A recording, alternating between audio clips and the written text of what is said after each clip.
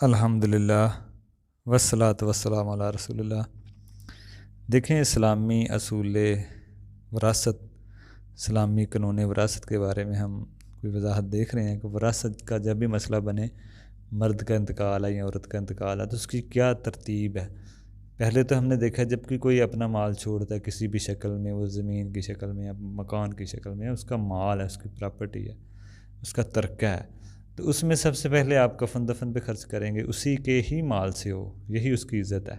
یہ نہیں کہ کوئی بھی آ رہا ہے کفن دے رہا ہے، نہیں، اس کے مال سے ہی اس کا کیا جائے، یہی اس کی بہتر شکل ہے، بہتر شکل بھی یہی ہے۔ تو یہ اس میں مسئلہ ہے، اس کی عزت اسی میں ہی ہے کہ اس کے مال سے ہی یہ سارا کچھ کیا جائے۔ بعض لوگ ہوتے ہیں کوئی آ کے کفن دے رہا ہوتا ہے، نہیں، جب اس نے اپنا مال چھوڑا ہے، اس نے زندگی میں کہیں کا چیزیں لے کے نہیں پہنی، تو وہ جب فوت ہو رہا ہے تو اس کی خودداری عزت ختم نہیں ہو جاتی، اسی کے مال سے کیا جائے۔ اور اس کا جو قرض ہے وہ دیا جائے، جو بھی جس شکل میں بھی ہے، اللہ کا قرض ہے یا بندوں کا قرض ہے، اسی ہی کے مال سے دیا جائے، اس میں تخیر نہیں کی جائے گی۔ اور وصیت اگر اس نے کی ہے وہ بھی ضروری ہے، لاگو کریں، جو بھی اس نے کی ہے کسی غیر وارث پہ یا کسی فلاحی ادارے میں، مسائے پہ، کسی پہ بھی اس نے مالی وصیت کی ہے۔ اب اس کے بعد جو مال بچے گا وہ پھر تقسیم ہے، اب اس میں بھی وراثت کے کچھ ارکان ہیں، وہ دیکھا جائیں، چیزیں دیکھی جائیں۔ ایک ارکان یہ ہے کہ سمجھ لیں مرنے والا ہو، جب کوئی شخص فوت ہی نہیں، مرنے والا، ترکہ اور وارث۔ اب یہ وراثت کے ارکان ہیں، ارکان کے بغیر مطلب کوئی عام نہیں ہو سکتا، کوئی بھی چیز تقسیم نہیں ہو سکتی وراثت، ٹھیک ہے نا۔ ہر چیز کے جیسے نماز کے ارکان ہیں، ٹھیک ہے نا، کچھ شرائط ہیں، اس لیے وراثت کے بھی کوئی شرائط ہیں، کوئی اسباب ہیں، کوئی منع وراثت ہے، کوئی ارکان ہے۔ ارکان اس کے یہی ہیں کہ ترکہ ہو تو تینوں چیزیں پائی جائیں، اس کے تین ارکان ہیں، تینوں پائے جائیں گے تو یہ سمجھ لیں وراثت تقسیم ہو سکتی ہے۔ تینوں میں سے اگر کوئی ایک بھی مس ہے تو وراثت تقسیم نہیں ہو سکتی۔ جیسے کوئی شخص فوت ہی نہیں ہوا، تین ارکان میں سے یہ ہے کہ ایک مرنے والا مرا ہو، مورث، وارث اور ترکہ، مال یعنی کہ اس کا ہو اور وارث بھی ہوں۔ یہ تینوں میں آپ ایک بھی مس کر لیں تو تقسیم میں مشکل ہوگی، یعنی کہ فوت ہی نہیں ہوا تو وراثت تو نہیں بنی، پھر تو تقسیم کا کوئی مسئلہ ہی نہیں ہے۔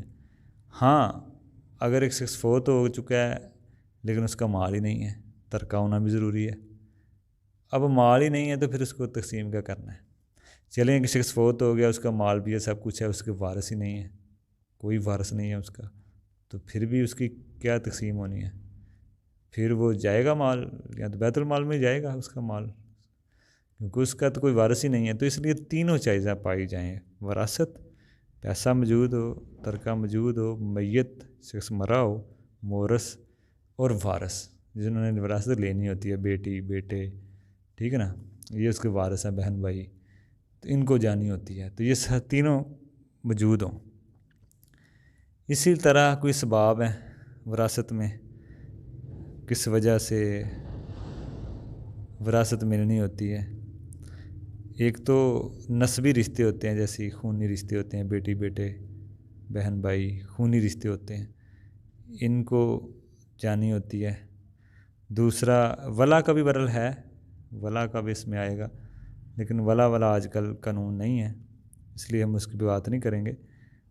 اور دوسرا جس کے اسباب بنتا ہے وہ ہے نکاح۔ ایک تو خونی رشتے ہوتے ہیں نا جس کو وراثت ملنی ہوتی ہے، ایک نکاح سے بھی وراثت کا مسئلہ جڑا ہے۔ جیسے میاں بیوی ہے، وہ خونی تو چلے نہیں، لیکن ان کا نکاح کی وجہ سے رشتہ جڑ جاتا ہے وراثت سے۔ ایک شخص کی شادی ہوئی ہے، ابھی چلیں اس نے رخصتی بھی نہیں کی، نکاح ہو چکا ہے، بیوی سے ہم بستری بھی نہیں کی، رخصتی بھی نہیں ہوئی، شوہر کا انتقال ہو جاتا ہے، تو اس میں بیوی کو حصہ ملے گا،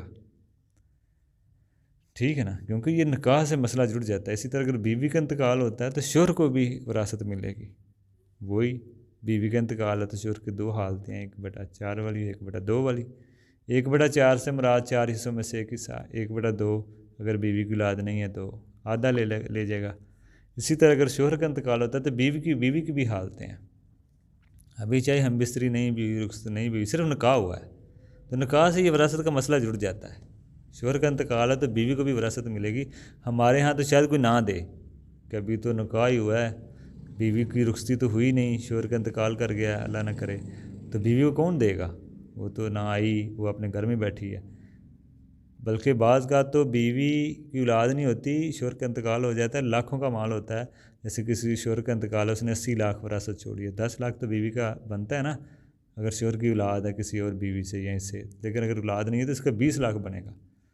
لیکن آگے اگر اس بیوی نے عزت کے بعد شادی کر لی ہے تو شاید اس کو کوئی حصہ ہی نہ دے، اس نے تو آگے شادی کر لی ہے، لیکن اس کا حصہ بن چکا تھا اس کے مال میں، اس کا قرض، کفن دفن، وصیت کے بعد جو مال بچتا ہے اس میں 1/8 یا 1/4 بن جاتا ہے بیوی کا۔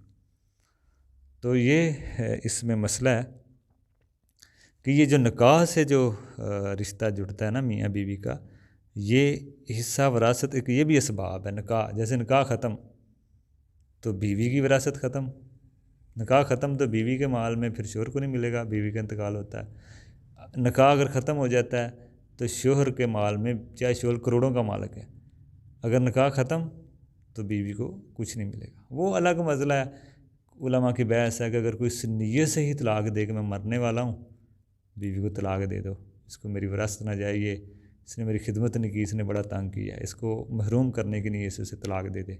یا بیوی بڑی مالدار ہے، آخری وقت میں مر رہی ہے، مرنے سے پہلے کھلا لے لے اس نیت سے کہ میرا یہ مال ہے، میں نہیں چاہتی میرے میاں کو جائے آدھا، میری اولاد نہیں، میرے ماں باپ کو جائے یا میرے بہن بھائیوں کو، تو اس نیت سے کوئی الگ ہو، وہ الگ بحث ہے علماء کی۔ اصل حکم، عام تو حکم یہی ہے کہ نکاح ختم، وراثت ختم۔ تو یہ اس میں مسئلہ ہے۔ ہاں اگر ان کا نکاح ہوا ہے، ہم بستری نہیں بھی ہوئی یا ہم بستری ہوئی ہے، ان کی اولاد نہیں ہے، اب بیوی نے، شوہر نے طلاق دے دی بیوی کو، اب ترجیحی طلاق ہے، اس میں رجوع ہو سکتا ہے۔ جب بیوی کو شخص طلاق دیتا ہے تو اس میں رجوع ہو سکتا ہے، واپس آ سکتی ہے بیوی 3 حیض کے اندر اگر حیض والی ہے، دوسری کے لیے 3 ماہ۔ اب اسی دوران اگر بیوی کا انتقال ہو جاتا ہے یا شوہر کا انتقال ہو جاتا ہے، سمجھ لیں شوہر کا، تو بیوی کو حصہ ملے گا وراثت میں، اس نے چاہے طلاق دے دی ہے، کیونکہ یہ ابھی نکلی نہیں ہے پراپر، عدت میں ہے، رجعی طلاق سے رجوع ہو سکتا ہے جس میں، اس میں بیوی کو ملے گا چاہے طلاق دے دی ہے۔ تو یہ ایک اس میں تھوڑا سا مسئلہ تھا، میں نے وضاحت کر دی ہے۔